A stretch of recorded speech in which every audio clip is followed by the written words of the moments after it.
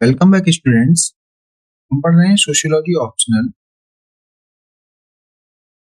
For UPSC CSE through my book sociology demystifying sociology. हमने previous lecture में जो cover किया है वो जाना है कंसेप्ट ऑफ सेल्फ के बारे में। सेल्फ को अगर एक शब्द में कहें, ये है सामाजिक नजरिया मेरे बारे में। इन मीन्स मैं अवेयर हूं कि समाज मेरे बारे में क्या जानता है या सोचता है, बस यही है सेल्फ। अब देखते हैं how is the concept of self develop और एक्वायर्ड। मीन्स ये सेल्फ डेवलप कैसे होता है। मैंने आपको बताया जब बच्चा बॉर्न होता है तो उसके पास सेल्फ नहीं होता है, क्योंकि ये सोसाइटी को उतना जानता नहीं है। तो ये सोसाइटी के बारे में ये भी नहीं जानता होगा कि सोसाइटी इसके बारे में क्या जान रही है, क्योंकि ये सोसाइटी के बारे में ही नहीं जानता है, क्योंकि इसका माइंड ही नहीं डेवलप होता। मीन्स साइंस जो सेल्फ के डेवलप होने की कहानी है वो माइंड डेवलपमेंट से जुड़ी है। सबसे पहला कीवर्ड माइंड डेवलप, क्योंकि बच्चा जब पैदा होता है उसके पास ब्रेन होता है, माइंड नहीं। माइंड जैसे जैसे उसकी एज बढ़ती है वैसे वैसे उसका माइंड डेवलप। तो देखते हैं कहानी इस माइंड डेवलपमेंट या self development. We are not born with the self but develop it through the process of socialization। जैसे जैसे हम लोगों से मिलते रहते हैं, लोगों से मिलना, उनसे इंटरेक्ट करना, इसीलिए सिंबॉलिक इंटरेक्शनिज्म भी बहुत जरूरी हो जाता है इस टॉपिक के साथ। इसको हम अभी पढ़ने वाले हैं। तो जैसे जैसे हम सोशलाइज करते रहते हैं वैसे वैसे लोगों के बारे में हम जानते हैं। दूसरा, हम जानते रहते हैं कि वो हमारे बारे में क्या जान रहे हैं, और इस जानने को, इस सेल्फ की रिफ्लेक्सिव नॉलेज को हम यूज करते हैं अपने थॉट प्रोसेस को अलाइन करने में, अपने एक्ट अलाइन करने में। हम अपने एक्ट को वैसे चेंज भी कर देते हैं।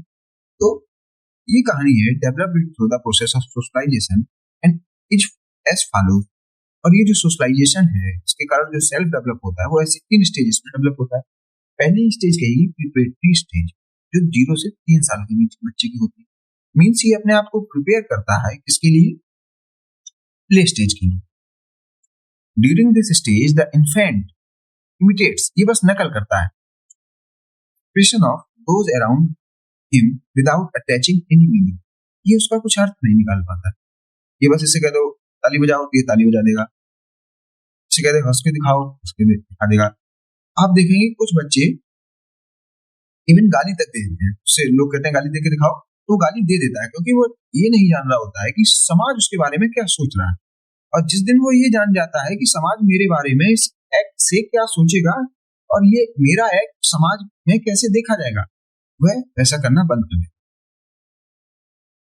Example, winking of I by baby, यहाँ पे आई कर लीजिए या विंकिंग कर लीजिए अकेला। Winking by baby vis a vis an adult.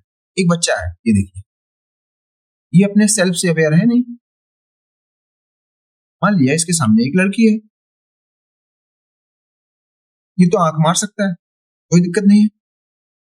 इसने विंकिंग की, कोई प्रॉब्लम नहीं है, क्योंकि इसका सेल्फ अवेयर नहीं है और ये इसका सोशल एक्शन नहीं माना जाएगा, ये इसका रिफ्लेक्सिव एक्शन माना जाएगा, क्योंकि इसने समाज को देख के ये नहीं किया। समाज की एक्सटेंस का आइडिया इसको है ही नहीं, ये समाज के बारे में कुछ भी नहीं जानता। लेकिन ये आपने वीडियो यूट्यूब पे बहुत देखी होगी कि राहुल जी ने एक बार आई विंक कर दी थी, कब, संसद में। और इस पे पूरे देश में डिबेट चली, डिस्कशन हुआ। क्यों इस पे डिस्कशन क्यों हुआ? क्योंकि ये जो है ये सोशल एक्शन हो गया। उन्होंने समाज को समझकर एक एक्ट किया और उसके बहुत सारे मीनिंग्स निकाले गए। इनका जो सेल्फ है इस एक्ट से कैसे समझा लोगों ने, बहुत अच्छी तरीके से समझा। कुछ कह रहा है when you mark proxy for 5 friends in one lecture and no one notice. जो हम लोग प्रॉक्सी वगैरह मार देते हैं क्लासेस में, तो हम लोग अपने फ्रेंड्स के साथ ऐसे ही एक्ट करते हैं। तो कुछ लोगों ने इनके सेल्फ को ऐसे समझा। तो सेल्फ है वो ऐसे डेवलप हो रहा है, एक्ट वही है, लेकिन सेल्फ का कंसेप्ट धीरे धीरे ऐसे डेवलप, क्योंकि यहाँ पे कहा जाता है माइंड। आल्दो मोदी जी कहते हैं राहुल जी का माइंड डेवलप नहीं हुआ है, ये बेबी के तरीके से है, लेकिन मैं ऐसे टीचर मानता हूँ कि वो आपके प्रेरोगेटिव के ऊपर है। प्ले स्टेज 3 to 5 years, इसमें क्या होता है? During this stage child assume some role to play and adopts role of significant others. अब देखिए ये हो गया सिग्निफिकेंट अदर्स। ये जो बच्चा 3 से 5 साल के बीच, ये तो जब बचपन में होता है ये किसी को नहीं पहचानता, आई विंक कर देगा कोई मतलब, लेकिन 3 to 5 years के बीच ये पहचानना स्टार्ट करता है। इसको सोसाइटी को, सोसाइटी में किसको? सिग्निफिकेंट अदर्स को। सिग्निफिकेंट अदर्स कौन होते हैं? इसके आसपास रहने वाले लोग जिसको ये कॉपी करना चाहते हैं, जैसे इसकी माता जी, पिताजी। एक बच्चा है Hari, Hari imitates his father hair styles as his father is significant other for him. ये अपने पिता की हेयर स्टाइल इसलिए कॉपी करता है क्योंकि ये अपने फादर को स्टडी कर रहा है, वो फादर के लिए सिग्निफिकेंट अदर हो गए। अब आप देखिए ये अपने फादर को कॉपी कर रहा है, मींस ये अपने बारे में बहुत ज्यादा नहीं जानता। अभी ये बच्चा अपने बारे में बहुत ज्यादा नहीं जानता, लेकिन ये अब सोसाइटी को थोड़ा थोड़ा समझने लगा है इस स्टेज में। नॉट सिग्निफिकेंट सेल्फ, इसको सिग्निफिकेंट सेल्फ नहीं कहा गया क्योंकि ये अपने बारे में अभी कुछ भी नहीं जान रहा, ये किसी को इमिटेट कर रहा है, कॉपी कर रहा है। Children treat their doll as their baby. अब ये डॉल को भी बेबी की तरीके से देखने लगे, मींस जो चिल्ड्रन है इस एज में, प्ले स्टेज में, बेबी को एक डॉल की तरीके से देखने लगे। सिग्निफिकेंट अदर्स यहाँ पे मैंने क्या लिखा? People who are important to us affect our behaviour and admiration, means जिसको हम एडमायर करें, मींस अपने आसपास माता जी, पिताजी, ये सब सिग्निफिकेंट अदर्स हैं एक बच्चे के। People develop self of others. Example, developing the role of mother while playing kitchen kitchen. जब बच्चे किचन किचन खेलते हैं तो वो माँ बन जाते हैं, ये है इसके लिए सिग्निफिकेंट अदर। ये टर्म इंपॉर्टेंट है आपके लिए, बस और कुछ भी नहीं। सिग्निफिकेंट अदर, जब आप नीड के बारे में लिखें आंसर तो आप ये कुछ इंपॉर्टेंट टर्म जरूर लिखें। Before our own self develop we borrow self of other. हम जब तक अपने बारे में नहीं जानते हैं तब तक हम दूसरे के सेल्फ को उठा लेते हैं। जैसे उस बच्चे के साथ जो माँ रह रही है, उस माँ को दुनिया कैसे देख रही है? उस माँ को दुनिया देख रही है वो किचन में खाना बनाती है, ठीक? जो माँ का सेल्फ है वो बच्चे ने बारो कर लिया है। कौन सी स्टेज में? प्ले स्टेज में। एक आता है फिर उसके बाद गेम स्टेज, जो जनरली 5+ years के लिए बोला जाता है। Child starts to take part in complex games. अब क्या है, ये गेम भी खेलने लगते हैं बच्चे तब तक, क्रिकेट, फुटबॉल, इस टाइप के गेम भी स्टार्ट कर देते हैं खेलना। तो इन गेम्स में बच्चों को क्या फायदा रहता है? वो डिफरेंट डिफरेंट पोजीशंस एक्वायर करते हैं। कभी वो बैट्समैन बन जाते हैं, कभी वो बॉलर बनते हैं, क्रिकेट का एग्जांपल लें, कभी वो विकेट कीपिंग करते हैं, ठीक है? तो एक बच्चा एग्जांपल्स के साथ जब गेम स्टेज में आता है, मान लिया वो कभी बॉलर है, कभी बैट्समैन है, कभी विकेट कीपर है। तो आप समझिए वो जब विकेट कीपर होता है तब वो बैट्समैन को एनालाइज करता है, जब वो बैट्समैन होता है तब बॉलर को एनालाइज करता है, और जब वो बॉलर होता है तो विकेट कीपर को एनालाइज करता है। मींस ये लोगों को अब समझने लगा कि अगर जब वो बॉलर होता है तो वो कोशिश करता है समझने की, जब मैं बैट्समैन होता हूँ तब मैं कैसा दिख रहा हूँ। मींस जब वह अब सामने वाले के नजरिए से खुद को देखना चाहता है, तो जो कंसेप्ट ऑफ सेल्फ है धीरे धीरे डेवलप होने लगता है game stage. Complex game, other participants occupying a role, means fielder, batsman with some specified rules के साथ गेम खेले जाते हैं। At this stage he develops ability to view himself from the perspective of generalized others। अब देखिए generalised other वो other हैं जो सिग्निफिकेंट अदर्स के अलावा है, मींस माता पिता उसके आसपास रहने के अलावा जो कुछ भी है वो जनरलाइज्ड अदर, मींस जो जनरल सोसाइटी है उसको कहिए जनरलाइज्ड अदर। तो अब वो दूसरों की नजरिए से खुद को देखने लगा है। मींस जब वह बैट्समैन है तो वह देखता है कि सामने वाला बॉलर मेरे बारे में क्या सोच रहा होगा, मैं ऑफ साइड खेलूंगा कि लेग साइड खेलूंगा। मींस अब वो एनालिसिस करने लगा है। Understanding of roles of the other participants and how he is viewed in that role as well as rules. This combination of social laws organized according to rules is known as generalised other. यहाँ पे जो दो important keyword क्या है, role और rules, जो मैंने बहुत बार हाईलाइट कर रखे हैं। मीन्स अब रोल और रूल की भी कहानी स्टार्ट होगी। During this stage child attains self. अब उसको अपने सेल्फ के बारे में जानकारी होने लगी कि लोग मुझे अच्छा बैट्समैन मान रहे हैं कि नहीं मान रहे हैं, मुझे अच्छा विकेट कीपर मान रहे हैं, क्या मुझे अच्छा बॉलर मान रहे हैं, और मान रहे हैं तो क्यों मान रहे हैं, अगर उसे अच्छा बॉलर से बैट्समैन बनना है तो कैसे बनेगा, ये सब कहानी है। This development of self the result of the process of self socialisation. Only by acquiring a concept of self that individual take the role of self. In this way, what is possible since we view the process of thinking as inner conversation. अब इसे आसान शब्दों में मैंने समझने के लिए हिंदी में लिख रखा है। दो लोगों के बीच एक शीशा रख दिया गया, पहला व्यक्ति दूसरे को देखता है, लेकिन साथ ही वो शीशे में खुद को भी देख रहा होता है। उसी तरह जब हम किसी से बात करते हैं या मिलते हैं, तो हम उसी वक्त इस बात का अंदाजा लगाने की कोशिश करते हैं कि वो हमें कैसे देख रहा है। हम सोचते हैं कि वो हमारे कपड़ों, हमारे शब्दों या हमारे कामों के बारे में क्या सोच रहा हो। इसको कहते हैं self.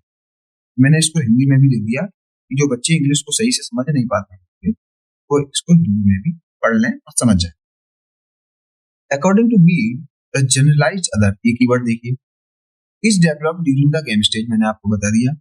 In order to effectively participate in a game, the child needs to understand and to take the roles of the other participants and the rules of the game.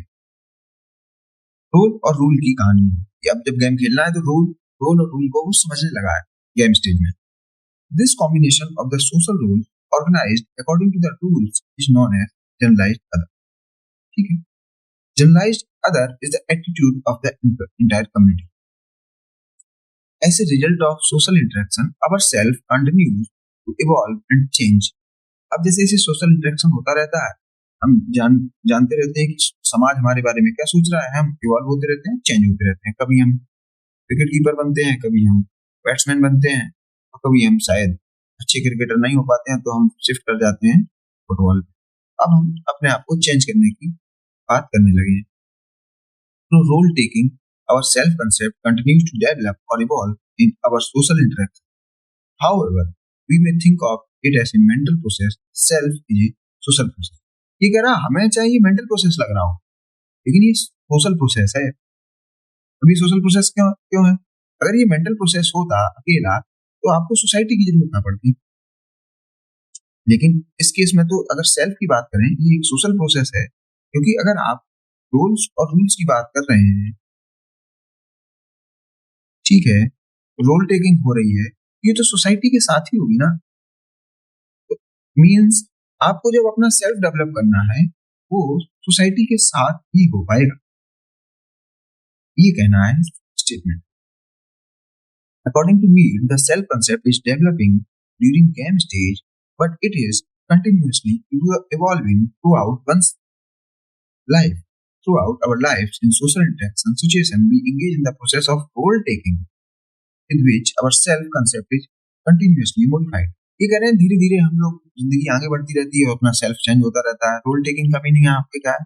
कभी हम टीचर हो जाते हैं, कभी हम फादर हो जाते हैं, कभी हम चाइल्ड भी हो जाते हैं, चिल्ड्रन भी रहते हैं, ठीक है, कभी हम वाइफ होते हैं, कभी हस्बैंड होते हैं, तो डिफरेंट डिफरेंट रोल हम ले लेते हैं। और वैसे ही हम अपने सेल्फ को जानते हैं कि अगर हम मैं एक आप एक एग्जांपल और, रोल का मीनिंग क्या है? आलोक त्रिपाठी, मेरी बात,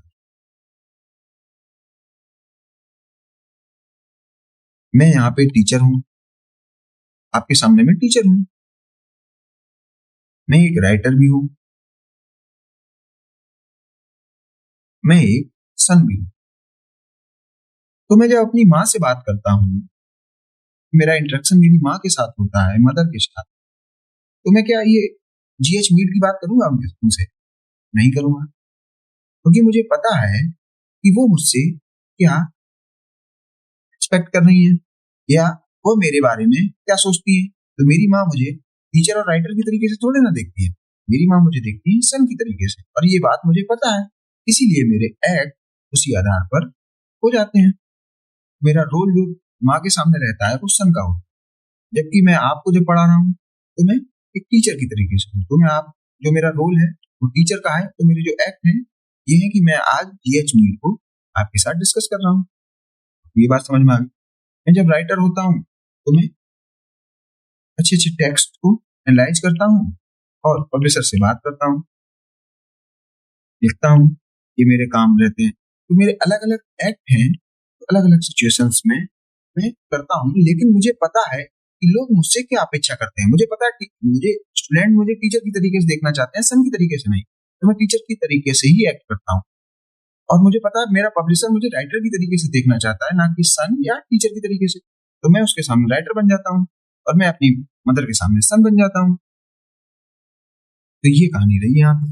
अब देखिए, एक मैंने न्यूज़पेपर की कटिंग लगाई है, Pappu to people's leader, how Rahul Gandhi and Congress shifted the narrative, give a strong opposition to Modi led NDA. Rahul Gandhi खुद ही कहते हैं कि आप मुझे पप्पू कहिए, लेकिन जनता मुझे नेता मानती है। तो ये जो कहानी है पप्पू से जनता के नेता बनने की, तो कम से कम आप ये कह सकते हैं इस चीज से कि राहुल अपने सेल्फ से अवेयर थे।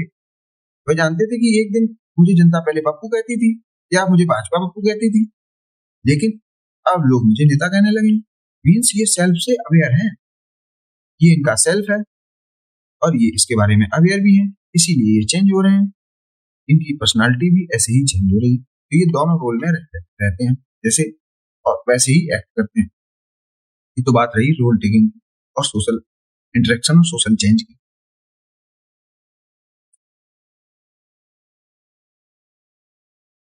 According to me, the process of role taking involves the social actor placing himself in the shoes of other and evaluating how they see him, similar to Verstehen empathetic liaison of Weber's social action approach. ये जो मैंने आपको example बताया, ये same example मैं आपको पढ़ाऊंगा, same example जब मैं वेबर को डिस्कस कर रहा हूँ, वेबर की सोशल एक्शन अप्रोच को डिस्कस कर रहा हूँ। उसमें भी एम्पैथेटिक लाइजन करके उनका एक कंसेप्ट है, उसमें भी मैं यही एग्जांपल आपको बताऊंगा। तो इससे आपको ये पता लग जा रहा है कि इनका जो सोशल एक्शन है वेबर का, इनका जो सेल्फ का कंसेप्ट है, ये कन्वर्ज कर रहे हैं। मींस जो मीड की राइटिंग है वह वेबर से भी बहुत ज्यादा प्रभावित है।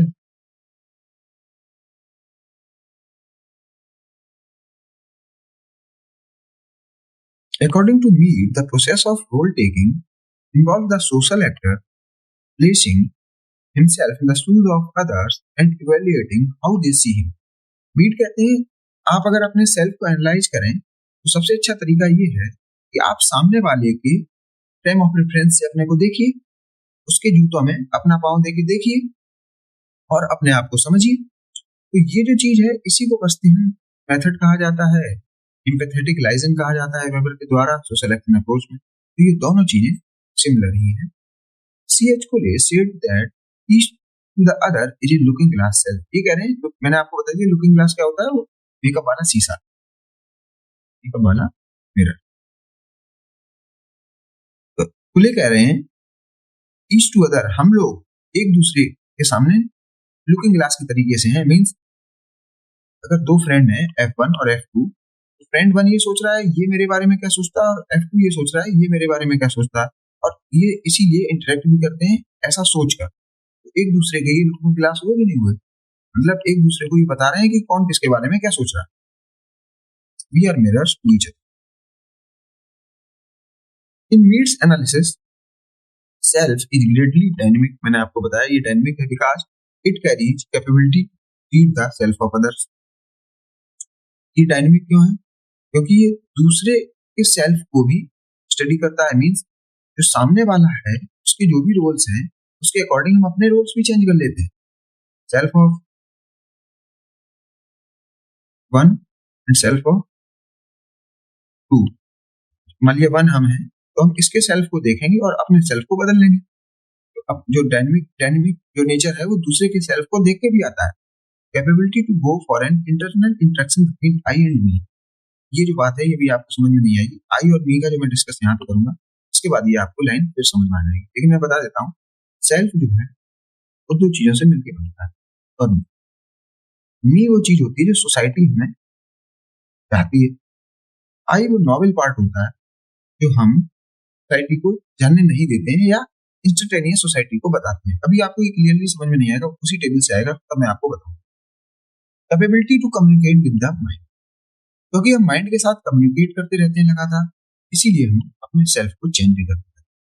तो इसमें सेल्फ को चेंज करने के तीन तरीके क्या हैं? एक तो दूसरे को एनालाइज करिए, उसके सेल्फ को देखिए और फिर अपने आप को चेंज कर लीजिए। मी का इंटरेक्शन होता है, उसमें आप चेंज कर लेते हैं, या आप माइंड के साथ जब इंटरेक्ट करते हैं तब अपने आप को चेंज कर लेते हैं।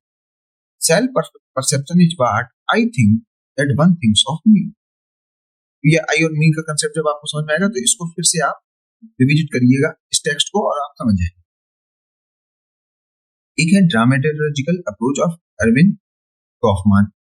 अरविंद गॉफमान कहते हैं different role played by an individual in different context, different audiences. इसको हम लेटर भी जब साइकोलॉजी एंड सोशियोलॉजी को कंपेयर कर रहे होंगे तब इसको फिर से डिस्कस करेंगे। लेकिन अभी समझिए ये कह रहे हैं कि इस अप्रोच में क्या है, जैसे कि एक जोकर जोकर या आर्टिस्ट डिफरेंट ऑडियंस के सामने डिफरेंट तरीके से एक्ट कर देता है। एग्जाम्पल फिर से लीजिए, कुमार विश्वास एक अच्छा सा एग्जाम्पल। ये एक पोएट है, ये एक अब राम कथा भी करते हैं, या हम कहते हैं मॉडर्न संत कहते हैं, ये मेरा दिया हुआ टर्म है मॉडर्न सेंट, ठीक है। और ये कभी लीडर भी हुआ करते थे, इनको पॉलिटिशियन भी कह दिया, ठीक है। तो इनके रोल्स कैसे हैं? इनके सामने की जनता अगर पोएम सुनने वाली होगी तो ये पोएट हो जाते हैं, अगर सामने की जनता राम कथा सुनने वाली होगी तो ये संत हो जाते हैं। अगर इनके सामने की जनता आम जनता होगी या फिर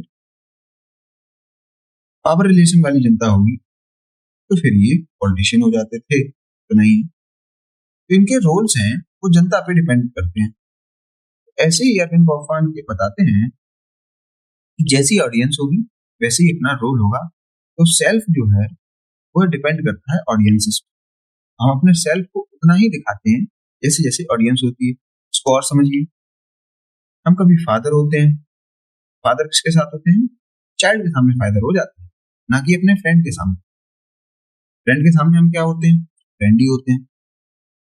तो जो फादर का सेल्फ है और फ्रेंड वाला सेल्फ वो दोनों ऑडियंस पे डिपेंड करता है। ये बात हाईलाइट करी थी Goffman. Self develop through the process of socialisation, ये मैं बात पहले भी बता चुका हूँ। जो सेल्फ का डेवलपमेंट है वो सोशलाइजेशन के साथ ही होता है। Example, a child action is same for different stimulus, he has an unsocialised self. अगर जो 6 महीने का बच्चा है उसको आप मारिए तो चिल्लाता है, डांटिए तो चिल्लाता है, या प्यार से भी तेज कह दीजिए तब भी चिल्लाता है, क्योंकि वह समाज को जानता नहीं है। When a child is born, he is surrounded by the objects. He cannot make sense of the object unless knowing the language. अब समाज को जानने में सोशलाइजेशन में जो सबसे ज्यादा इंपॉर्टेंट है, आप समाज को जानेंगे कैसे? आप जानेंगे सिंबल्स से। सिंबल्स से, और सिंबल्स को जब आप समझने लगेंगे तो आप करेंगे स्टार्ट इंटरेक्शन, तभी आप सेल्फ को समझ पाएंगे। इसीलिए इसको कहा गया सिंबॉलिक इंटरेक्शनिज्म। इस सेल्फ को डेवलप होने के लिए सिंबल को समझना और उसके थ्रू इंटरेक्ट करना ही इंपॉर्टेंट है, तभी सोशलाइजेशन हो पाएगा। He cannot make sense of the object unless knowing the language. His mind is socialized as he grows according to his culture and start identifying the objects. धीरे धीरे वो object को identify करना start कर देता है। Socialization not only gives value norms, it first tells about the object around us. As a child, understand mood of the people, relate yourself with others, and out of this, develop self. Therefore, human society is a society of self. जो भी human society में आप देखते हैं, अपने आसपास की society देखिए, एक कोई बंदा अगर पॉलिटिशियन है कभी, सेम बंदा फादर हो जाता है, सेम बंदा मान लीजिए शॉप ओनर हो जाता है, एक एक किसी दूसरे बंदे को देखिए, उसके भी डिफरेंट डिफरेंट रोल्स होंगे, किसी तीसरे बंदे को देखिए, वो भी डिफरेंट डिफरेंट रोल से बना होगा, किसी चौथे बंदे को देखिए, उसके भी बहुत सारे रोल्स होंगे। तो आप पूरी सोसाइटी को जब एनालाइज कर लेंगे तो आप देखेंगे पूरी सोसाइटी इंडिविजुअल से बनी हुई है, और वो जो इंडिविजुअल की पर्सनालिटी है वो भी डिफरेंट डिफरेंट सेल्फ से बनी हुई है। अगर आप बात करें सोसाइटी की, तो सेल्फ की से ही तो बनी हुई है, तो इसलिए ये कहते हैं society made up of self. अगर आपको ये एग्जांपल ना समझ में आया हो तो आप मुझे कमेंट सेक्शन में बताइएगा, मैं नेक्स्ट सेक्शन में और अच्छा एग्जांपल आपको बता दूंगा। Therefore, human society is a society of self. Relationship between self and society is a reciprocation. जैसे जैसे सेल्फ चेंज होता है वैसे वैसे सोसाइटी चेंज होती है, जैसे जैसे सोसाइटी चेंज होती है वैसे वैसे सेल्फ चेंज होता है। ये हो गया relation of reciprocation. Foundation to society the representation of self. Society अगर है तो बस इसी कारण है कि लोग अपना सेल्फ दिखाते हैं। अब समझिए आप, उन्होंने सोसाइटी का जो एग्जिस्टेंस है वो किसके एग्जिस्टेंस पर डिपेंड करा दिया। उन्होंने कहा अगर व्यक्ति होगा, इंडिविजुअल होगा, और इवन बस उसका माइंड हो, माइंडफुल पर्सन हो, तो फिर सोशल स्ट्रक्चर हो जाएगा। मींस यहाँ पर जो कास्ट है वो किस क्यों एग्जिस्ट कर रही है, क्योंकि माइंड है, इसके कारण एक्शंस हैं। इसलिए सबसे पहले माइंड है, उसके बाद सिंबल्स हैं, सिंबल की अंडरस्टैंडिंग है, उसके बाद इंटरेक्शंस हैं,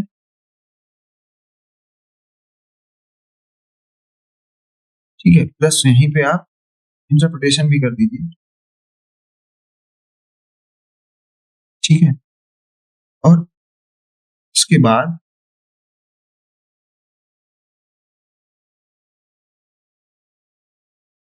सेल्फ है, और कहीं इसके बाद सोशल स्ट्रक्चर है, ठीक है। अब यहाँ पे आप एक केस लीजिए कास्ट का। ये कह रहे हैं कास्ट अगर एग्जिस्ट कर रही होगी कहीं ना कहीं माइंड है उसके पीछे। रिलीजन अगर एग्जिस्ट कर रहा है यहाँ पे, उसके पीछे माइंड है। अब इसको उल्टा देख के चलते हैं। रिलीजन, अगर रिलीजियस स्ट्रक्चर को देखेंगे तो सेल्फ क्या क्या है, पादरी, पुजारी, सेवादार, ये सब सेल्फ हो गए उसके, ठीक। यहाँ पे इंटरप्रिटेशन और इंटरेक्शंस क्या क्या है, यहाँ पे इंटरेक्शंस जो हैं वो रिलीजियस टेक्स्ट हैं, ठीक। गॉड है, सिंबल्स क्या क्या हैं, वही गॉड, टोटेम, और उसकी जो नींव है वो किस पे पड़ी, माइंड से। तो आप देख रहे हैं माइंड की वजह से ये सोशल स्ट्रक्चर है। एक कदम और आगे बढ़ेंगे तो हो जाएगी सोसाइटी। तो आप देखिए एक इंडिविजुअल, और माइंड से पहले क्या है, एक इंडिविजुअल।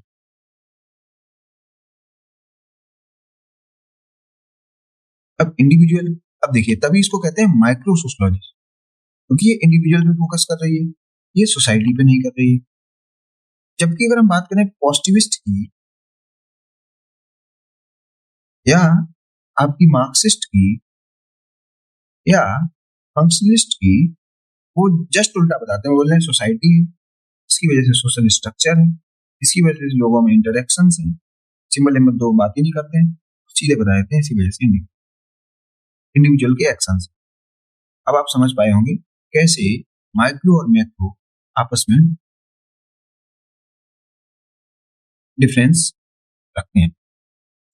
अब बात करते हैं self and society, self and identity. Self, we get identity through the presentation of our self, जैसे आइडेंटिटी ऑफ टीचर, ठीक, आइडेंटिटी ऑफ राइटर, टीचर। ठीक, तो जो आलोक है वो तो पर्सनालिटी है,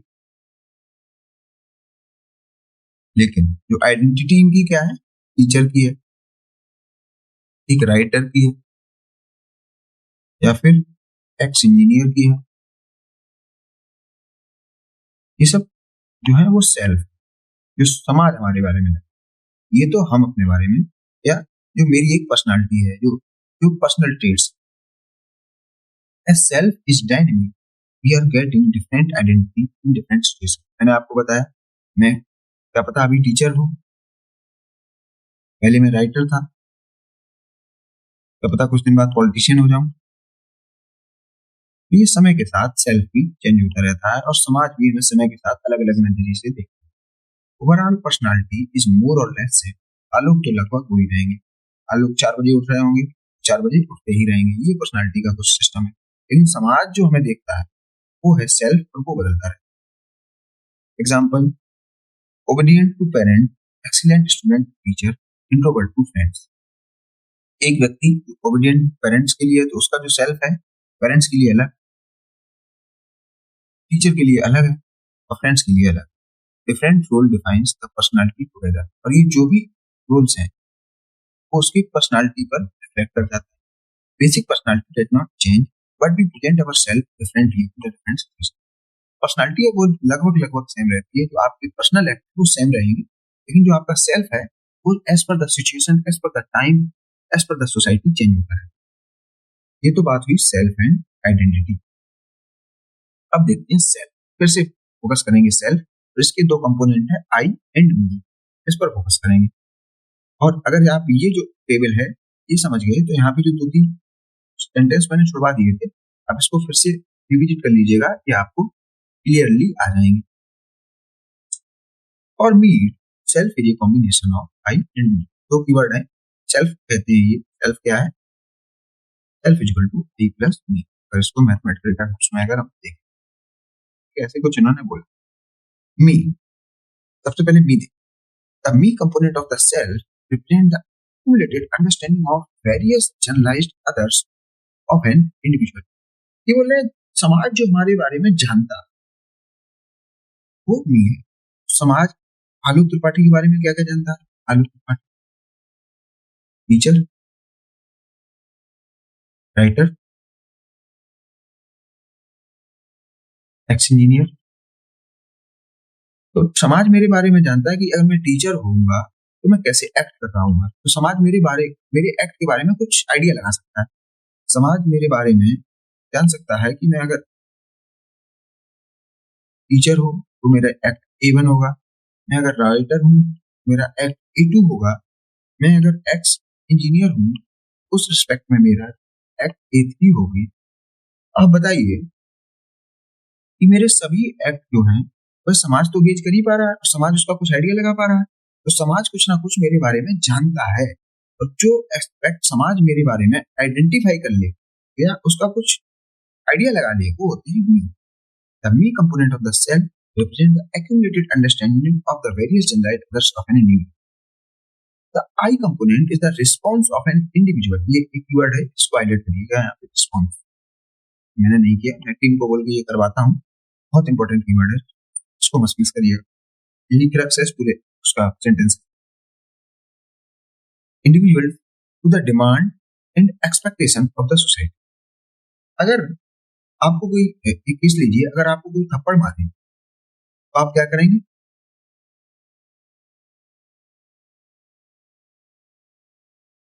आप कैसे एक्ट करेंगे, ये डिपेंड नहीं करता है आपकी आइडेंटिटी जो यहाँ पे थी, यूनी आइडेंटिटी, उस पर आई की आइडेंटिटी डिपेंड नहीं करेगी। वो इंडिविजुअल रिस्पॉन्स होगा आपका, इंस्टेंटेनियस रिस्पॉन्स होगा, जैसे आप उस समय सोच रहे। मान लिया वो थप्पड़ अगर टीचर ने मारी होगी तो आप कुछ नहीं करेंगे, आपके मित्र ने मारी होगी तो शायद आप उसे धीरे से रिप्लाई कर देंगे, लेकिन आप किसी दुश्मन ने मारी होगी तो क्या पता आप थप्पड़ की जगह और कुछ एक्ट कर रहे हैं। तो ये जो आपका रिस्पॉन्स है as per the demand and expectation of the society. तो आप देख रहे हैं जैसी डिमांड और एक्सपेक्टेशन होगी वैसे आप रिस्पॉन्ड करेंगे, ना कि सोसाइटी आपके बारे में इस चीज में पहले से जानती है। आप देखेंगे ये थप्पड़ किसकी थी और ये मुझसे क्या एक्सपेक्ट कर रहा है, वैसे आप रिस्पॉन्ड कर देंगे। ये हो गया आपका आई कंपोनेंट, इसका सेल्फ का। Self equal to me plus I. इस डिस्कशन में आप ध्यान रखिएगा, जो नीड है वो आई पर बहुत फोकस करते हैं, वो आई को बहुत इंपॉर्टेंट बताते हैं। अब आप समझिए क्यों। ये आप जब पूरा डिस्कशन हो जाएगा तो समझ ही जाएंगे, लेकिन इस पे फोकस करके रखिएगा कि नीड ऐसा क्यों सोच रहे हो। Thus, me is the set of attitudes and set of expectation of the others which are internalized by an individual in his self-concept. अब देखिए, मैं फिर से वही एग्जांपल अपना वाला लेता हूँ, आलू,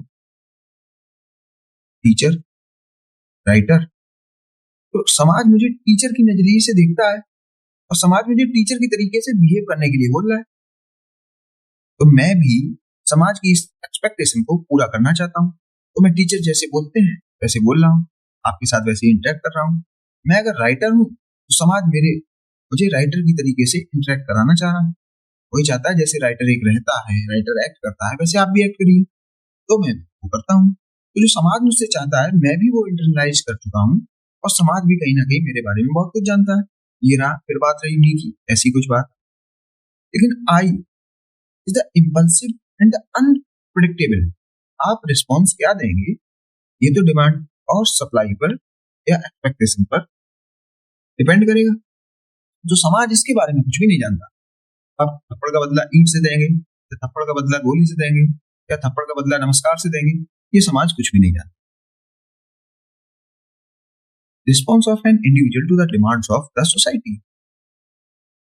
देखिए, me represent the control of the society over an individual. ये देखिए, समाज मुझसे जो चाह रहा है मैं टीचर की तरीके से रहूं, मैं भाई टीचर की तरीके से बन जाता हूँ। बेचारा राइटर हूँ तो मैं बेचारा राइटर की तरीके से एक हो जाऊंगा। मैं एक बेचारापन जो है, जो समाज मुझसे करा ले, मैं वो करने को रेडी हो जाऊँ। Me is conventional ritual. मैं डेली टीचर हूँ, मैं डेली राइटर हूँ, ठीक है। तो ये पूरे समाज को पता है। Me is the social expectation hence it is predictable. तो समाज भी जानता है कि ये भाई टीचर की तरीके से ही एक्ट करेगा, ये राइटर की तरीके से ही एक्ट करेगा इन particular circumstances. I represent the novel aspect of an individual hence provide the individual distinctiveness. आप समझिए मीट्स पे क्यों फोकस कर रहे हैं, क्योंकि आई तो सबका अलग अलग है। वो इंस्टेंटेनियस केस पर कैसे रिस्पॉन्ड करेगा, वो व्यक्ति कैसे करता है, वो उसकी डिस्टिंक्टिवनेस पर भरोसा हमें डिपेंड करता है। This is tested during the crisis situation. तो ये जब क्राइसिस सिचुएशन आएगी तभी टेस्ट हो पाएगा। और जैसे जैसे सिचुएशन बदल जाती है वैसे वैसे आई भी चेंज होता रहता है। तो आई तो आप जान ही नहीं सकते हैं। It is incalculable, unpredictable and creative aspect of. इसको क्रिएटिव एस्पेक्ट भी कहा गया क्योंकि आई कुछ ना कुछ एक आपकी पर्सनालिटी में नॉवेल्टी देता है। मीन्स आप जो मेरे बारे में जानते हैं टीचर, राइटर, लेकिन कुछ एक्सपेक्ट ऐसे होंगे। मान लिया जब समाज ब्रेकडाउन में होगा, मान लिया कोविड-19 आ गया, एक एग्जांपल के साथ देता हूँ, कोविड-19 आ गया, तो मेरे एक्ट टीचर और राइटर के अलावा कैसे होंगे। मैं क्या लोगों की मदद करूंगा कि नहीं करूंगा, मैं ऐसे ह्यूमन कैसा हूँ, ये सब जो चीजें हैं ये उसी समय डिपेंड करेंगी जैसी डिमांड और एक्सपेक्टेशन होगी। तो ये तो तभी पता लगेगा, लेकिन ये क्रिएटिव इंडिविजुअल को बनाता है। We have internalized societal norms expectation as self concept of me. तो मी के तहत हम तो बेचारेपन में लगे रहते हैं, जो समाज हमसे चाहता है हम वैसे कर देते हैं। I represent individual resistance. यहाँ पे बेचारापन नहीं है, यहाँ पे तो रेजिस्टेंस है। मुझे अच्छा नहीं लगेगा तो मैं नहीं करूंगा, मना कर दूंगा। Societal norms control, thus I is the unpredictable and can only be known post facto of an social act. अब समाज ने आपसे कोई कैसे भी एक्ट करने को कहा, आप रजिस्ट कर गए। समाज चाहता है आप A1 तरीके से एक्ट करें, लेकिन आपने कर दिया A2 तरीके से एक्ट। तो समाज जो जान पाएगा A2 के बारे में तभी जान पाएगा जब A2 उसके सामने आ जाएगा, नहीं तो वो तो A1 के बारे में जानता है। A2 आपका नया एस्पेक्ट है। तो जो A2 रेजिस्टेंस के कारण पैदा हुआ, तो समाज को तब पता लगेगा जब ये एक्ट हो चुका होगा। इसको कहते हैं post facto of any social act. जैसे हम लोग जो लोग दारू पीते हैं, मैंने ये एग्जांपल इसीलिए रिलेट कराने के लिए लिया, आप बहुत अच्छी तरीके से समझ जाएंगे मी और आई का। दारू से पहले जो ज्यादातर लोग होते हैं, जैसे मान लिया एक टीचर ही है, वो ड्रिंक करता है, तो जब वो ड्रिंक नहीं किया होता है तो समाज उसको एक नजरिए से देखता है टीचर के, और वो मी की तरीके से एक्ट करता है, जो समाज उससे चाहता है वो वैसे एक्ट करता है, बोलता है। और जब वो दारू के नशे में होता है, तो आप समझिए वो उसका आई दिखने लगता है। वो कैसे एक्ट करे, वो नाली में गिरे, वो किसी पे ईंट पत्थर चला दे या कुछ और कर दे, वो सब नॉवेल एस्पेक्ट उसी इंस्टेंटेनियस पल पे लोग देखेंगे, और वो भी पोस्ट फैक्टो ही देखेंगे। पत्थर चलने के बाद पता लग जाता है अरे यार ये तो पत्थर भी चला दिया। ठीक, ये एक एग्जांपल है, इसको नेगेटिव कनोटेशन में मत लीजिए, आप इसके पॉजिटिव एग्जांपल्स भी सोच और समझ सकते हैं। Conformist are dominated by me. Conformist होते हैं वो मी पे बहुत ज्यादा फोकस करते हैं, वो आई को तो भूल जाते हैं। It is store house of conformity. तो मर्टन में, आर के मर्टन एक हमारे थ्योरिस्ट हुए या थिंकर हुए, उनका एक कंसेप्ट है डेवियांस एंड कंफर्मिटी। तो वहां पे आप इसकी फंक्शनल एनालिसिस देखेंगे, फंक्शनल। और यहाँ पे हम लोग देख रहे हैं माइक्रो थ्योरी, माइक्रो के रिस्पेक्ट में, मींस इंडिविजुअल के बेसिस पे हम देख रहे हैं। वहां सोसाइटल रिस्पेक्ट में देखेंगे, सोसाइटी के रिस्पेक्ट में देखेंगे। ये दोनों मिलकर non conformist are dominated by I. It is the store house of novelty and creativity. The me is adoption of general others and is also called social self। ये एक नया टर्म है सोशल सेल्फ, बस याद कर सकते हैं। आई is immediate response, तुरंत वाला, of an individual to others. We are conscious of me. हम लोगों को अपने मी के बारे में पता रहता है। We are never totally aware of I. हम भी आई के बारे में पूर्णतः अवेयर नहीं होते, क्योंकि बहुत सारे ऐसे होते हैं जो हमने कभी नहीं देखे। मैं एक एग्जांपल देता हूँ आई के बारे में, जो मेरी पर्सनल लाइफ का है। स्टूडेंट लाइफ में एक बार अर्थक्वेक आया। मैं हॉस्टल इंचार्ज था बच्चों, या हेड बॉय मान लीजिए हॉस्टल का। तो अर्थक्वेक आने के बाद वार्डन ने मुझसे कहा बच्चों को बाहर निकालो। तो बच्चों को बाहर निकाला गया। अब देखिए ये तुरंत डिमांड और एक्सपेक्टेशन हुई मेरे साथ, और ये सिचुएशन मेरे साथ जिंदगी में कभी नहीं आई पहले। तो उस वक्त मैं अपनी लाइफ के बारे में नहीं सोच रहा था, जबकि मैं भी उन्हीं स्टूडेंट्स के बीच एक स्टूडेंट था। लेकिन मैंने अपनी लाइफ को उस समय स्टैक पे रख कर उन बच्चों को बाहर निकाला। सब बच्चे बाहर निकल गए, और जब बिल्डिंग काफी अच्छी तरीके से हिल रही थी, उस लास्ट में मैं निकला वो पूरी बिल्डिंग से।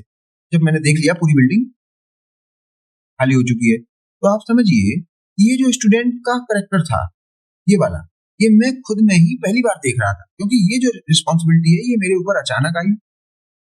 और समाज भी मेरे बारे में शायद इतना नहीं जानता था कि शायद मैं ऐसे एक्ट करूंगा। तो मुझे बच्चों ने कहा कि अरे आपको जल्दी आना चाहिए था, क्योंकि मैं फोर्थ फ्लोर पे चला गया था और थर्ड फ्लोर वाले बच्चे नीचे भाग गए थे जल्दी।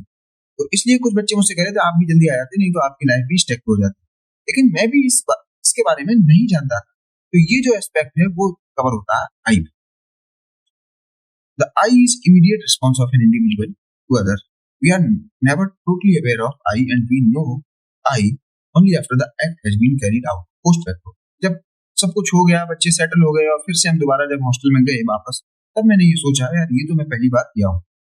मुझे डर भी नहीं लगा कि अगर मैं इसमें फंस गया तो मेरी लाइफ के साथ क्या होगा। It promotes status quo, it initiate change. अब आप इस एग्जांपल से और अच्छी तरीके से समझ गए होंगे क्यों इसको नोवेल्टी में देखा जाता है, क्यों पोस्ट फैक्टो कहा जाता है। मी जो है उसको कहा जाता है समेशन ऑफ जनरलाइज। मी को आप देखेंगे, आपके बारे में सोसाइटी क्या जानती है, आपको स्टूडेंट की तरीके से देख सकती है, जो टोटली अवेयर रहती है। आपको मैन की तरीके से जानती है, फ्रेंड की तरीके से जानती है, जन की तरीके से जानती है। तो यहाँ पे मी के सामने आप हिंदी में थोड़ा लिख लीजिए, जिसके बारे में समाज अच्छे से जानता है, अवेयर है। आप ऐसे लिख लीजिए हिंदी में, तो आपको दोबारा पूरा डिस्कशन ये सुनने की जरूरत नहीं पड़ेगी। Me defines the idea of social control as the dominance of expression of me over the expression of I. Mead कहते हैं अगर सोशल कंट्रोल है समाज, तो वो क्यों है? क्योंकि मी पे लोग फोकस कर देते हैं। अगर मी पे फोकस हो जाएगा तो आप तो वैसे ही एक्ट करेंगे जैसे समाज आपसे कराना चाह रहा है। Me allows the individual to live comfortably. Comfortably क्यों? क्योंकि नॉवेल्टी होगी नहीं आपकी लाइफ में, आप कंफर्टेबली जैसे जी रहे थे वैसे जीते रहेंगे in social world. While I makes a change, जो आई है वही चेंज की बात करता है इन सोसाइटी पॉसिबल। तो इसीलिए आई में कंफर्ट नहीं है, ये चेंज की बात कर रहा है। जब ट्रांजिशन होता है तो आप जानते हैं कंफर्ट कंफर्ट तो खत्म ही हो जाता है। आई is a key source of novelty in social process and gives dynamism to the individual. Individual इस पे फोकस कर, personality which otherwise sounds conformist to the society. I the source of social change. अगर social change हो भी रहा है तो आई के चेंज के कारण हो रहा है, आई के कारण ही सोशल चेंज हो रहा है। मी तो कंफॉर्मिस्ट है।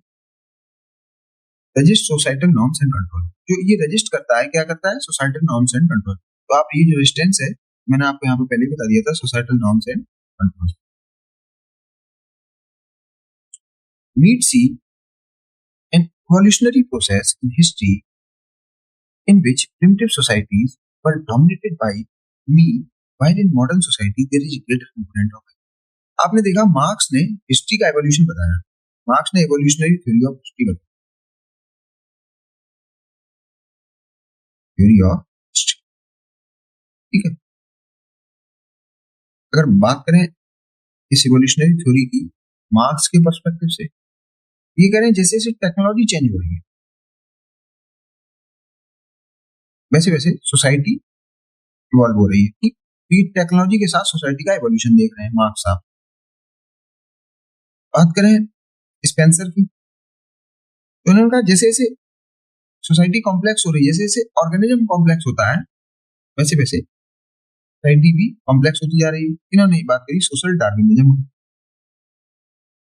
ठीक है, इन्होंने एनिमल से इसको कंपेयर करा है।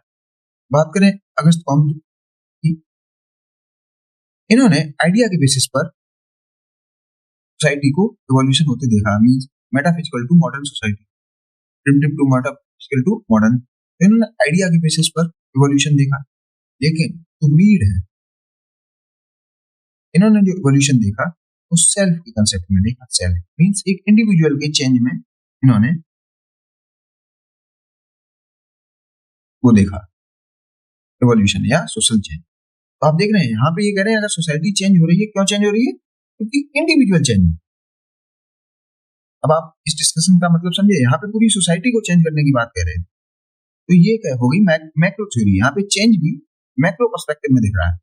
इन सभी थ्योरीज में जो चेंज है वो बड़े पर्सपेक्टिव में, लार्जर पर्सपेक्टिव में देखा जा रहा है। पूरी पूरी सोसाइटी चेंज हो रही है। यहाँ पे हो तो पूरी पूरी सोसाइटी रही है चेंज, लेकिन ये कह रहे हैं क्योंकि इंडिविजुअल चेंज हो रहा है इसलिए सोसाइटी चेंज हो रहा है। मीट इसीलिए इसको कहते हैं माइक्रो।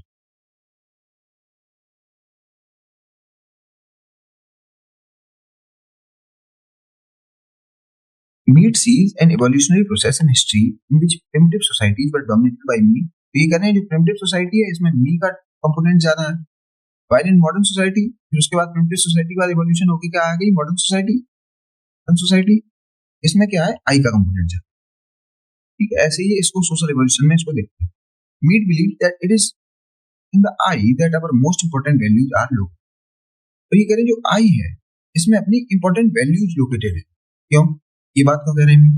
ये देखिए, जो मी है ये तो हम मान लीजिए जैसे सोसाइटी हमसे चाहते हैं वैसे हम एक ड्रामा भी कर सकते हैं। इन सोसाइटी जो हम चाह रहे हैं भाई मन मार के वैसे बन रहे हैं, मन मार के भी बन सकते हैं।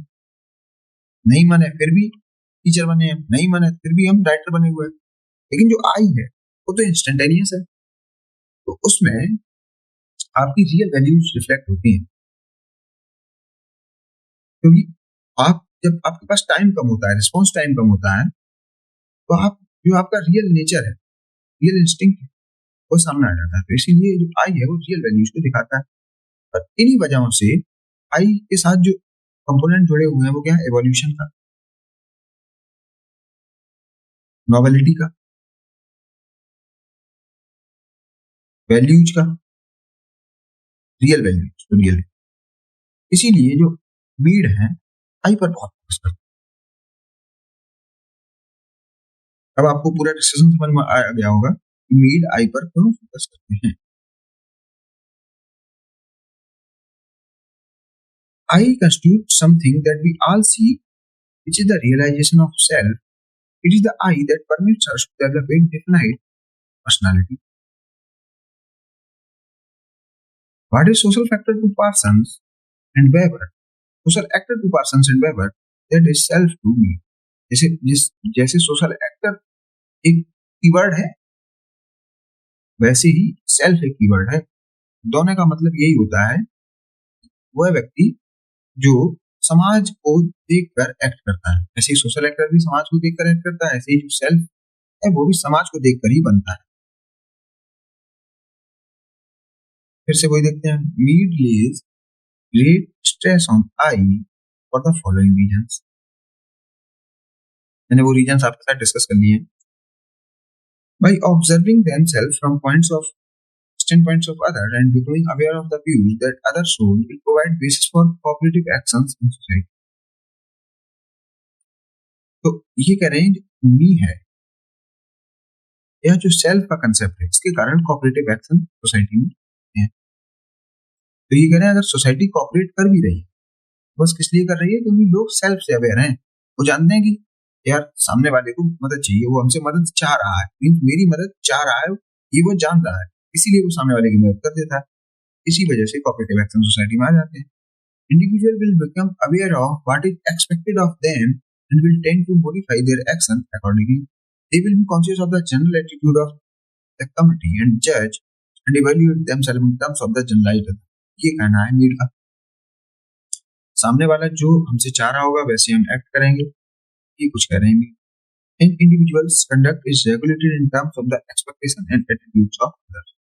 इसका जो आंसर है, ये शायद इसका ये आंसर नहीं है, ये कहीं टाइपिंग मिस्टेक हो गई। यहाँ पे आप लिख लीजिए नॉवेल्टी की वजह से, लिख लीजिए डायनेमिज्म की वजह से, वैल्यू स्टोर हाउस की वजह से, या रियल वैल्यू यूज कर दीजिए इसको। कुछ रीजन है इसकी वजह से स्ट्रेस करते हैं आई पर। उनकी जो बुक है माइंड, सेल्फ एंड सोसाइटी, अब आप समझ गए होंगे इन्होंने ऐसे क्यों कहा कि जो माइंड है, जो सेल्फ है एंड सोसाइटी है, ये आपस में इंटररिलेटेड है। इसीलिए कहा कि माइंड जब डेवलप होता है तो सेल्फ डेवलप होता है, ये दोनों साथ में चलते हैं। जब सेल्फ डेवलप हो जाता है तो कॉपरेशन हो जाता है, तो सोसाइटी बन जाती है। ऐसा कुछ कहना है मीड का। Book on Mead's ideas, mind, self and society, ये बुक जो है वो मीड ने नहीं लिखी थी, ये इनके स्टूडेंट्स ने लिखी थी उनकी डेथ के बाद, जो कि इनके लेक्चर पर पेश थी। मैंने ये बात आपको पिछले लेक्चर में बताई। माइंड और process of thinking is the inner conversation between me and I. ये करें जो आपने देख लिया, मी और आई क्या होता है, सेल्फ है, उसमें एक मी है और आई है। करें इसमें माइंड क्या है, माइंड यहाँ पे गया, ये आ गया माइंड। तो माइंड आपको बताता रहता है यार समाज आपके बारे में क्या चाहता है आपसे, फिर माइंड आपको ये भी बताता है कि आप क्या कर सकते हैं। ये कन्वर्सेशन माइंड करता है आपसे। तो जब ये कन्वर्सेशन का रिजल्ट होता है, उस रिजल्ट के बाद बनता है सेल्फ, फिर कहीं बनती है उसे। इस पिक्चर से आप समझ गए होंगे कहाँ माइंड आता है। माइंड आता है मी और सेल्फ, मी और आई के बीच में, जो कि सेल्फ क्रिएशन में मदद करता है, और सेल्फ का जो क्रिएशन है वो सोसाइटी में मदद करता है। तो माइंड, सेल्फ एंड सोसाइटी आपस में इंटररिलेटेड है, ये मैंने आपको पहले भी बताई। Self and society can not exist without each other.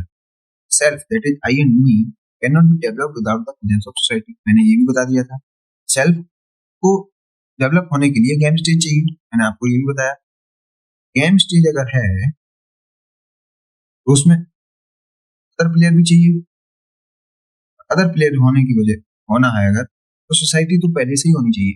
Means जो मीड की थ्योरी है, इसकी जो भी बातें हैं, ये सोसाइटी को एग्जिस्ट पहले ही से मानती है। ये कहती है सोसाइटी पहले से ही थी, और फिर ये बाद में कहते क्या है, हमने ही सोसाइटी बनाई, माइंड से ही सोसाइटी बनी। बस यही इनका कॉन्फ्लिक्ट है इनकी थ्योरी में। एक तरफ ये सोसाइटी बनाने की बात करते हैं और इनकी जो थ्योरी है वो प्रोमाइज्ड है सोसाइटी की एग्जिस्टेंस पर। यही इनका एक मेजर क्रिटिक है। अब बात करते हैं सोशल इंटरेक्शन। अब मैंने मीट की जो बेसिक बेसिक आइडियाज है वो कवर कर दिया। कुछ कुछ इंपॉर्टेंट टॉपिक्स और कीवर्ड्स हैं जो कभी कभार पूछ लिए जाते हैं डिफरेंट डिफरेंट एग्जाम्स में, उनको मैंने यहाँ पे हाईलाइट किया। Social interaction, social interaction take place in broad two ways. पहला है अनकॉन्शियस कम्युनिकेशन, दूसरा है conscious communication.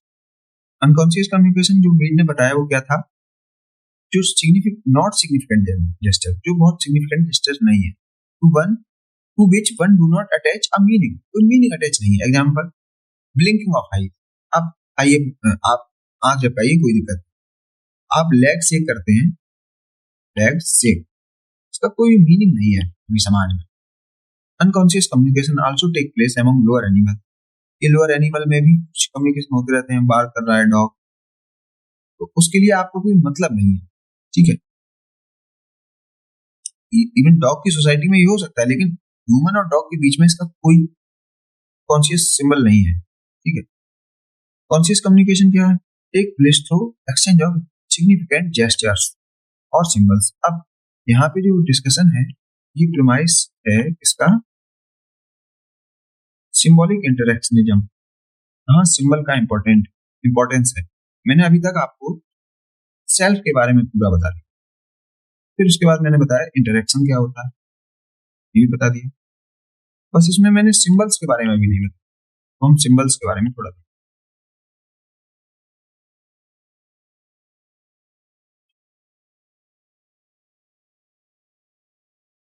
Conscious communication takes place through exchange of significant gestures or symbols, that is, verbal, written, and gestures, to which we attach a meaning. यहाँ पे क्या था, not meaning, कोई meaning नहीं अटैच करते थे। This communication is uniquely a human activity that is does not place among non human. ये non human के बीच नहीं होता, मीन्स आपके ये डॉग्स बीच हो जाए नहीं होगा। जैसे ये जो सिंबल है इसको यूके और यूएसए में ओके कहा जाता है, रसिया में ये जीरो का सिंबल है, जापान में मनी का है और ब्राजील में इंसल्ट का है। ये जो सिंबल है ये पूरे ह्यूमन सोसाइटी में डेंजर के नाम से जाना जाता है। तो ये जो भी है ये कॉन्शियस कम्युनिकेशन के जेस्चर्स या सिंबल्स है। According to Mead, significant gestures और symbols evoke in the individual, making making it the same response it is intended to evoke in those towards whom it is directed. इसका meaning क्या है sentence का, तुम जो समझना चाहते हो सामने वाले को भी वो ही समझ आए, वो होते हैं significant gestures. Conscious communication uniquely take place among human beings and it is main area of interest for me. तो ये सोशियोलॉजी में क्यों पढ़े जाते हैं, क्योंकि ये ह्यूमन बीइंग्स के बीच ही हो रहे हैं। ये जो डेंजर साइन है ये नॉन ह्यूमन सोसाइटीज के बारे में नहीं जानती है। अगर ये जान रही होती तो चिड़िया शायद कभी भी तारों के ऊपर ना बैठे। अब बात करते हैं language. Language is a mutually shared set of symbols that human use for interaction. अगर बच्चा गेम स्टेज में जाता है उससे पहले प्ले स्टेज में रहता है, दोनों स्टेज में आप देखिए वो शुरुआत किससे करता है अपने इंटरेक्शन, लैंग्वेज। तो ये कह रहे हैं लैंग्वेज ही बहुत इंपॉर्टेंट है इंटरेक्शन को शुरुआत करने में, और वो इंटरेक्शन होता है तभी सेल्फ बनता है, तभी सेल्फ से सोसाइटी बन जाती है। तो आप देख रहे हैं एक सिंबल का बहुत इंपॉर्टेंस है मीड की सोशियोलॉजी में, क्योंकि ये कहते हैं सिंबल्स होंगे तभी सोसाइटी होगी, सिंबल्स होंगे तभी सेल्फ होगा, तभी सोसाइटी होगी, ऐसा कुछ कहना है। Shared symbols are the foundation of social interaction and social interaction is the foundation for the development of self. फिर से देखते हैं, सिंबल्स हैं इसलिए इंटरेक्शन है, और इंटरेक्शन है तो फिर सेल्फ है, सेल्फ है तो फिर सोसाइटी है, और सबसे पहले माइंड है। ये भी देखिए, तो ये भी आप अपने बुक में नोट कर लीजिएगा इसी जगह। The interconnectedness of mind, self and society. मैंने जो आपको फिगर बनाया था वो माइंड, सेल्फ एंड सोसाइटी। आप ये भी बना सकते हैं एग्जाम में, या आप बनाना चाहें एक फिगर और बना सकते हैं जो मैंने पहले बनाया था। जैसे आप सेल्फ बनाइए, यहाँ पे आई बनाइए और मी बनाइए, इसके बीच इंटरेक्शन दिखाइए माइंड के द्वारा। ये हो गया माइंड, जो क्रिएट कर रहा है सेल्फ। फिर ये दोनों डिपेंडेंट है इस पे, ऐसे कुछ बना सकते हैं।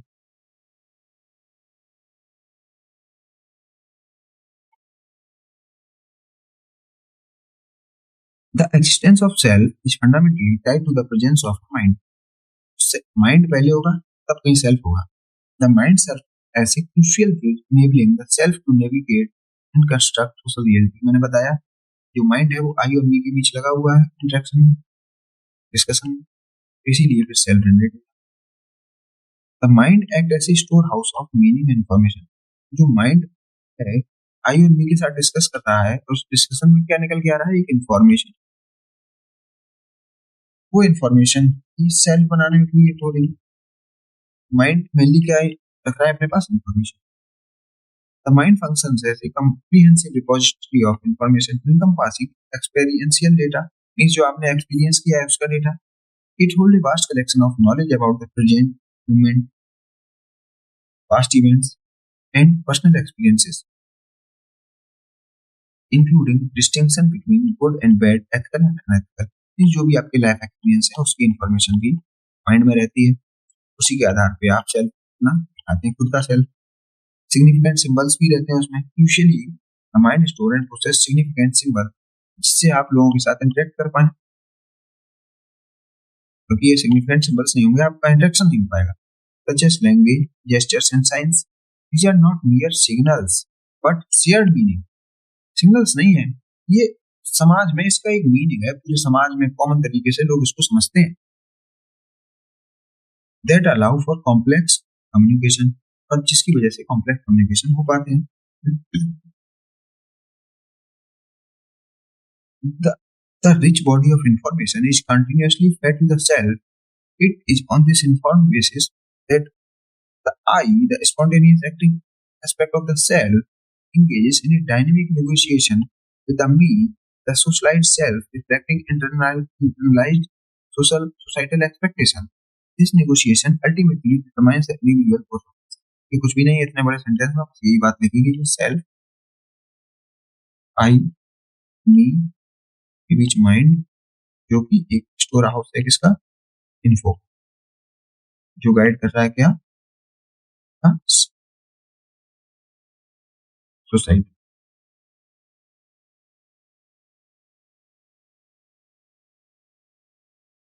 Mindedness and social order. अभी कह रहे माइंड है, अभी सोशल ऑर्डर है, कैसे? Because we are minded, we possess the ability to strategically deploy and appropriate self in the right context। This means we are highly conscious of our place within a given setting, the time or situation, the other present and their expectation। ये जो इसका जो meaning है, अभी मैं इसको जो phenomenology पढ़ाऊंगा और एथनोमेथोडोलॉजी पढ़ाऊंगा, तो इसका बहुत इंपॉर्टेंस है। आप इसको जरूर हाईलाइट कर लीजिएगा, और मैं यहाँ पे लिखे दे रहा हूँ, इसको आप यहाँ पे स्टार मार्क लीजिए इस बात।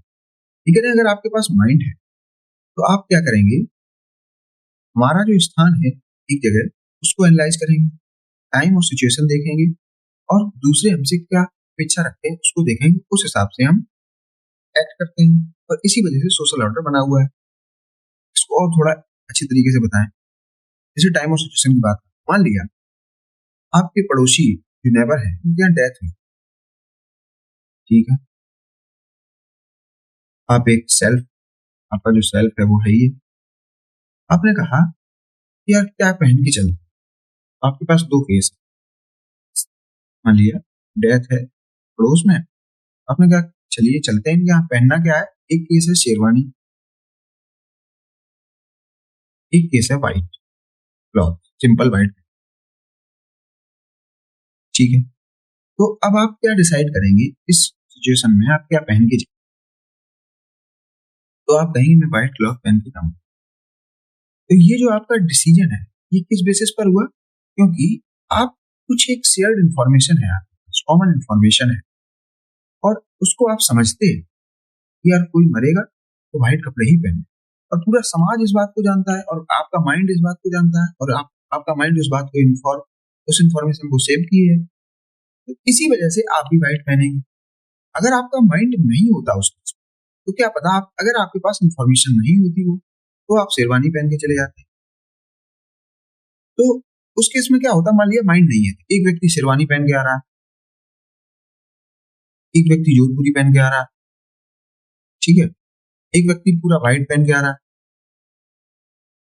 ऐसे अलग अलग लोगों की उस समय ड्रेस होती है। तो जो सोशल ऑर्डर होता है उस समय, जो समाज बन जाता है एक मौत के समय, वो वहां पे आ ही नहीं पाता। तो आप समझते हैं सोसाइटी में एक ऑर्डर अगर बना है, सोसाइटी में अगर कुछ हो पा रहा है एक जैसा, वो किस लिए हो पा रहा है? क्योंकि लोगों के पास माइंड है, और माइंड में क्या है? इंफॉर्मेशन। तो सभी लोग एक इंफॉर्मेशन को कलेक्टिव तरीके से ही देखते हैं। तो इसलिए कहते हैं because we are minded we possess the ability to strategically deploy and appropriate self in the right context. This means we are highly conscious of our place within a given setting, the time or situation, the others present in, and their expectation. इस death में लोग हमसे white cloth की तो expectation कर रहे थे। Time क्या था? कोई मरा हुआ था। प्लेस क्या था? उठावनी थी। तो ये सब बातें हैं, और यही जो चीज है, सेम इसी डिस्कशन को हम बस नए टर्म्स में करेंगे। टर्म नए होंगे, एक होगा फिनोमिनोलॉजी और एक होगा एथनोमेथोडोलॉजी। इसका जो प्रमाइस है दोनों थ्योरी, वो सिंबॉलिक इंटरेक्शनिज्म या माइंड पर ही है। इसी वजह से मैंने ये एग्जांपल आपको इन डिटेल बताया। The awareness allows us to present the correct kind of role. तो जो अवेयरनेस है, जो इंफॉर्मेशन है अपने माइंड में, मैंने आपको बताया माइंड एक इंफॉर्मेशन से है, तो वो इंफॉर्मेशन हमें करेक्ट रोल बताती है, making social institution and society itself possible. अब आप समझिए, जो माइंड था उसके पास थी इंफॉर्मेशन, और इंफॉर्मेशन है कलेक्टिव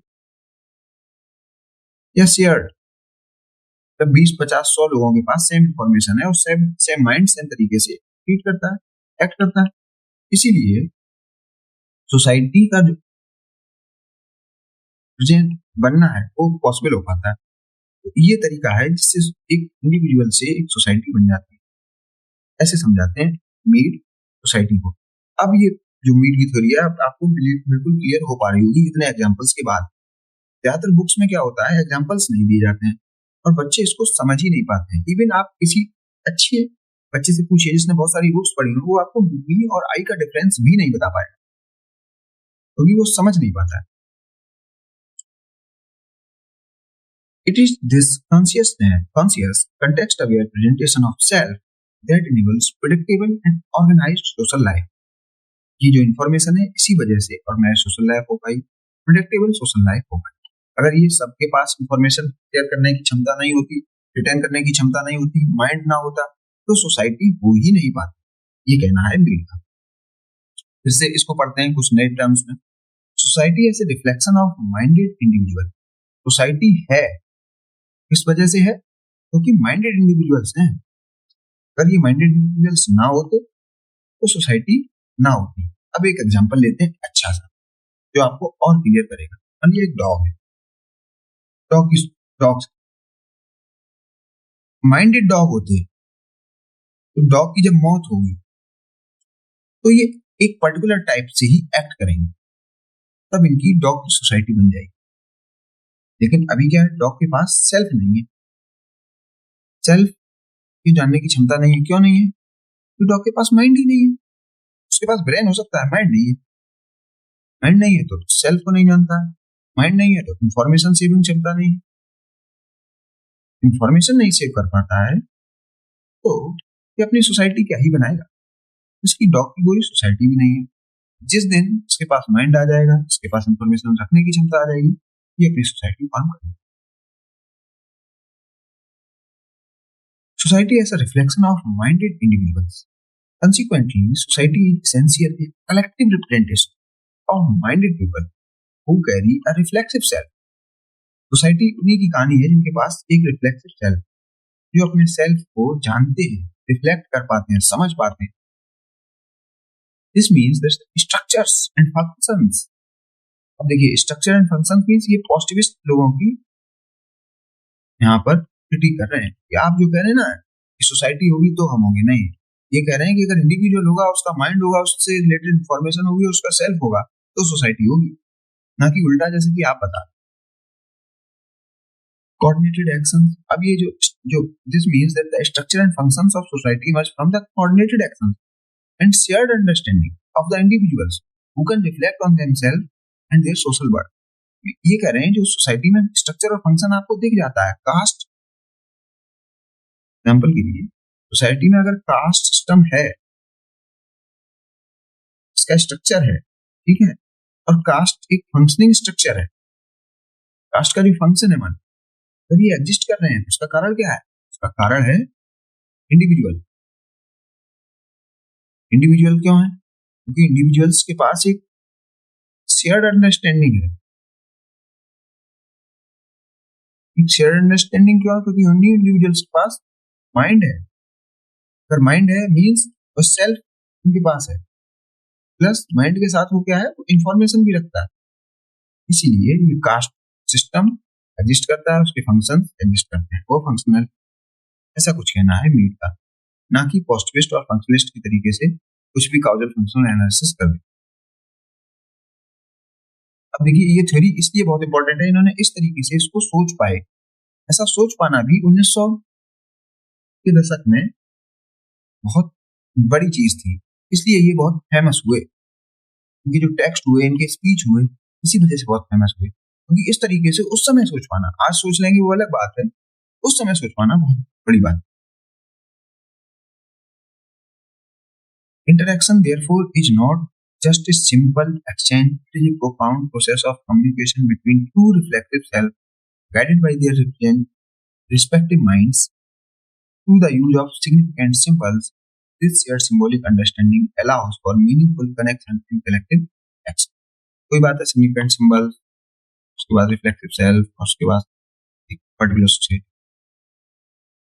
The fundamental link, अब ये बायोलॉजी और सोशलॉजी को कैसे लिंक करते हैं? Our biological makeup provides the foundational capacities, that is, brain structure, cognitive potential, that enable the development of psychological processes like mind and self-awareness. These psychological capacities in turn are essential for the formation and functioning of human social structure and interaction, thus shaping sociology. अब देखिए कैसे biology, sociology और ये सब आपस में मर्ज कर रही है या कन्वर्ट। माइंड है, माइंड किससे बना हुआ है? ब्रेन से। अगर ब्रेन मजबूत नहीं होगा, अच्छा दिमाग भी, अच्छा माइंड भी नहीं होगा। तो देखिए बायोलॉजी यहाँ पे आ जाती है, बायोलॉजी माइंड के केस में आ जाती है साइकोलॉजी, सोसाइटी के केस में आ जाती है सोशियोलॉजी, सेल्फ के केस में भी आप कह दीजिए आ जाती है साइकोलॉजी, प्लस थोड़ी बहुत फिलोसफी भी कह दीजिए, कोई बात नहीं। इन सभी सब्जेक्ट्स को अपनी थ्योरी में मर्ज करा पाते हैं मीड। ये इस बात को हमने कहाँ पे पढ़ा था? जब अपने लेक्चर की, अपने टेक्स्ट की शुरुआत करी थी यहाँ पर, तो मैंने आपको कहा था मैं इस पॉइंट को लास्ट में बताऊंगा। यहाँ पर इन्होंने क्या क्या सब्जेक्ट पढ़े, कैसे इन्होंने his linkage among biology, philosophy, psychology and sociology, ये जो सेंटेंस है लास्ट में जाके क्लियर हुआ। तभी ये कहा जाता है कि आप जब भी बुक रीड करें, मैं आपको बुक रीडिंग का भी तरीका बताऊं कि मैं राइटर हूं, तो मुझे यहाँ पे लिखने के लिए इसलिए इंपॉर्टेंट है क्योंकि ये मार्केट की डिमांड है। बच्चों को एक जगह कंपाइलेशन चाहिए, लेकिन यहाँ इसका कंटेक्स्ट नहीं है। यहाँ पे ये नहीं होना चाहिए, ये होना चाहिए सबसे लास्ट में, लेकिन हमें मीड के सभी पॉइंट्स एक जगह समराइज करने पड़े। तो इसलिए जब ये आप बुक पढ़ें, या तो बुक आप किसी से पूछ के पढ़ें किस तरीके से पढ़ी जाए, बुक को आप ऐसे ही पढ़ने लगेंगे, स्ट्रक्चर में नहीं पढ़ेंगे, इसके बाद क्या पढ़ा जाए, तो आप शायद बुक से वो नहीं समझ सकते हैं जो आपको राइटर समझाना चाहता है। इस केस में राइटर मैं ही हूं, तो मैं आपको ये बात बता सकता हूँ कि कौन सी चीज पहले पढ़े, कौन सी चीज बाद में। ये लेक्चर थोड़ा लंबा हो गया है ये, इसलिए इसको यहीं पे खत्म करेंगे और फिर नेक्स्ट लेक्चर में हम सिंबॉलिक इंटरेक्शनिज्म को फिर पढ़ेंगे थोड़ा, क्योंकि अभी तक हम सेल्फ एंड माइंड को खत्म कर पाए एंड सोसाइटी। अभी थोड़ा हमने सिंबल्स के बारे में नहीं पढ़ा है, थोड़ा बहुत पढ़ लिया है, लैंग्वेज के बारे में पढ़ लिया है बेसिक, लेकिन अभी हमने सिंबॉलिक इंटरेक्शनिज्म के बारे में उतना सब नहीं पढ़ा। तो अभी हम सिंबॉलिक इंटरेक्शनिज्म देखेंगे, फिर सिंबॉलिक इंटरेक्शनिज्म जब खत्म हो जाएगा तब हम फिर से उसी टॉपिक पर वापस लौटेंगे जो हमने छोड़ रखा है। सिंबॉलिक इंटरेक्शनिज्म जब पूरा खत्म हो जाएगा तो फिर फिनोमेनोलॉजी और एथनोमेथोलॉजी करके फिर हम नया चैप्टर स्टार्ट करेंगे। अब एक बार फिर से रिवीजन कर लेते हैं जो हमने आज पढ़ा, क्योंकि इसका रिवीजन बहुत इंपॉर्टेंट है। आपको रिवीजन नहीं होगा तो आप समझ नहीं पाएंगे क्या क्या था। चलिए रिवीजन देखते हैं। हमने आज पढ़ा सबसे पहले सेल्फ के बारे में।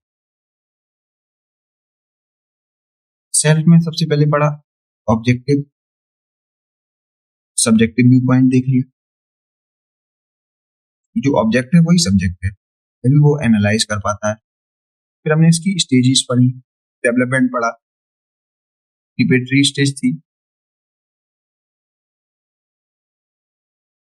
उसके बाद थी आपकी प्ले स्टेज, उसके बाद रही गेम स्टेज।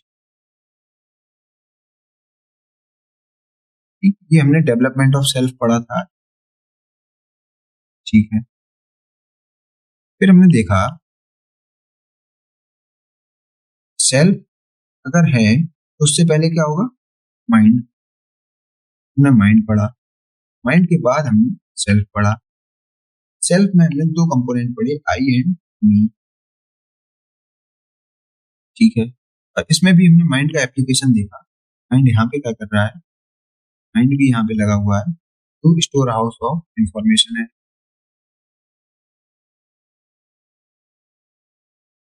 और जो इंफॉर्मेशन वो है शेयर्ड इंफॉर्मेशन। मीन्स 50, 100, 200, 500, 1000, 1 लाख लोगों के बीच शेयर्ड तरीके से इंफॉर्मेशन ये है, तभी वो शेयर्ड तरीके से एक्ट कर पाते हैं। उस सोसाइटी में ऑर्डर भी यहीं से आता है, सोसाइटी फंक्शन भी इसी वजह से करती है। इसमें हमने देखा आज के लेक्चर में जो माइंड है उसके कारण सेल्फ है, उसके कारण सोसाइटी है। सोसाइटी में क्या क्या दिख जाता है हमें, स्ट्रक्चर दिख जाता है और फंक्शन दिख जाता है, फंक्शन दिख जाता है। इसी बीच में हमने पढ़ा कि माइंड जब डेवलप हो रहा होता है उसको डेवलपमेंट के लिए चाहिए होती है एग्जिस्टेंस सोसाइटी। इन सोसाइटी होनी चाहिए, ये सोसाइटी बना रहा है बोले की चीज, लेकिन नीड पहले ही से कहते हैं इसके लिए सोसाइटी इंपॉर्टेंट है। अगर सोसाइटी नहीं होगी तो माइंड डेवलप नहीं होगा, सोशलाइजेशन नहीं होगा। एक पॉइंट ये था, ये इनका एक मेजर क्रिटिक भी कहा गया। अगर सोसाइटी पहले से होगी और आप भी सोसाइटी बनाने की बात कर रहे हैं तो जो पहली सोसाइटी आ रही होगी वो कैसे आई होगी, इस बात को ये आंसर नहीं दे पाते हैं। फिर हमने जो पढ़ा माइंड सोसाइटी सेल्फ, फिर हमने थोड़ा बहुत इंटरेक्शन के बारे में जाना कि माइंड कैसे सिंबल्स को रीड करता है,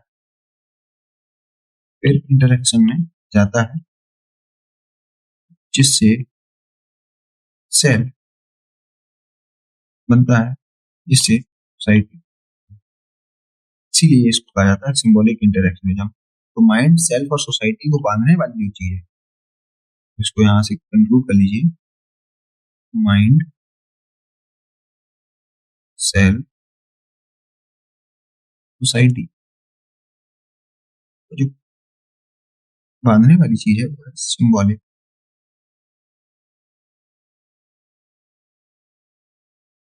इंटरेक्शनिज्म। तो ये रही आज की समझी। मिलते हैं नेक्स्ट लेक्चर में, लेक्चर लंबा है तो बड़ा कायदे से सुनिएगा, और एक बार नहीं समझ में आए 2 बार सुनिएगा। और एक और चीज, बार बार नई बुक्स मत रेफर करिएगा, एक ही बुक रेफर करिए और इसी बुक में आप हाईलाइट करते चलिएगा, और मैं जो कीवर्ड्स बोल रहा हूँ उसको जरूर लिखिएगा। मिलते हैं नेक्स्ट लेक्चर में, थैंक यू। इसमें डिस्कस करेंगे हम सिंबॉलिक इंटरेक्शनिज्म।